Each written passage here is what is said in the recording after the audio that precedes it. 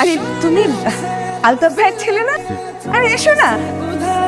এই দেখো না, তোমার আব্বু আর সূচনার আব্বু একই বছরে চলে গেলেন। তোমার নাম বিয়ের কথা চলছিল, ডেট ঠিক হয়ে গেছে?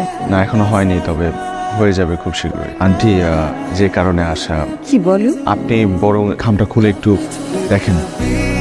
আমরা তো এসব ব্যাপারে কিছুই জানতাম না, বাবা আমাদের সবকিছুই বলতো, কিন্তু বুঝতে পারছি, আমার আরো আগে আসা উচিত ছিল। হুট করে টাকাটার প্রয়োজন হলো তাই আসলাম। এই টাকার ব্যাপারে আমিও জানতাম না। আমার বাবা যখন হাসপাতালে ছিলেন তখন আমাকে এই টাকার ব্যাপারে বলে গেছে। না, বাবা বলেছে যে এই ফ্ল্যাটটা লোন করে কিনেছে, কিন্তু আমরা জানতাম না যে লোন এখনো শোধ হয়নি, আর লোনটা যে আঙ্কেলের থেকে নিয়েছে সেটাও জানতাম না। আন্টি, আজ আমি উঠি। সূচনা, আপনার নাম্বারটা আমাকে দিয়ে রাখেন, এরপর থেকে যোগাযোগ করতে হলে আপনার সাথে করবো। আপনি মোবাইলটা দিন, আমি নাম্বারটা দিচ্ছি। লোনের টাকাটা তো দিতেই হবে। তা তো করতে হবে আম্মা, আর আব্বাও আঙ্কেলকে স্পষ্ট লিখে দিয়ে গেছে তার মৃত্যুর পরে তার পরিবার যেন তার পেনশনের টাকা দিয়ে হলেই লোনের